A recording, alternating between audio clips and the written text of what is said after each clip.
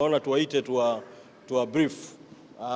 Nimetaarifiwa kwamba makamu mwenyekiti wa chama Mheshimiwa John Heche wakati anaingia kwenye geti la mahakamani muda mchache uliopita amechukuliwa na polisi na wameondoka naye. Nimepigiwa simu na mmoja wa wasaidizi wake vile muda mchache wakati nakuja kuzungumza na nyinyi, amenitaarifu kwamba wamemuingiza kituo cha polisi Central. Sasa tumewaita kusema mambo mawili.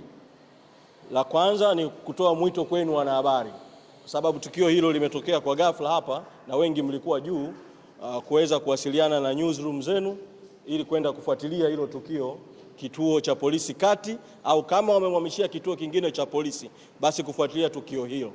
Lakini la pili, tumekwisha elekeza mawakili wetu waelekee moja kwa moja huko polisi kwenda kufuatilia kuhusiana na swala hili. Tutakapopata taarifa za ziada tutawa brief, lakini sasa tumeona tuitoe kama breaking news kwa makamu mwenyekiti amechukuliwa na polisi. Na mimi mwito wangu polisi, rai yangu kwao, naamini hawajasema sababu kwa sababu tukio la ghafla kabla hata kuijua sababu, lakini mtakumbuka kwamba idara ya uhamiaji ilitoa taarifa kwa umma ikidai kwamba makamu mwenyekiti alikwenda nje ya nchi kinyume na utaratibu, taarifa ambayo haikuwa ya kweli. Sasa inawezekana kabisa kukamatwa kwake kunaweza kukawa kunahusiana na taarifa hiyo. Kama kukamatwa kwake kunahusiana na taarifa hiyo, ni jambo la kusikitisha sana polisi kutumia taarifa isiyokuwa ya kweli ya uhamiaji kumkamata. Mimi ninafahamu kwamba kulikuwa tayari kuna njama huko nyuma ya kutafuta namna ya kutukamata viongozi kabla ya tarehe 29 mwezi Oktoba. Kwa hivyo vitatumika visingizio mbalimbali.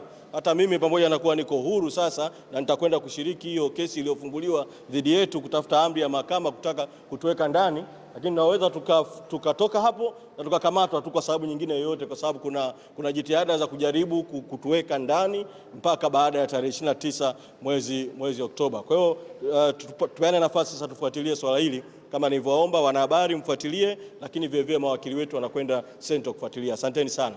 Kwa sasa sisi ngoja tuelekee mahakamani kwa ajili ya kesi hizo mbili ambazo zinaendelea.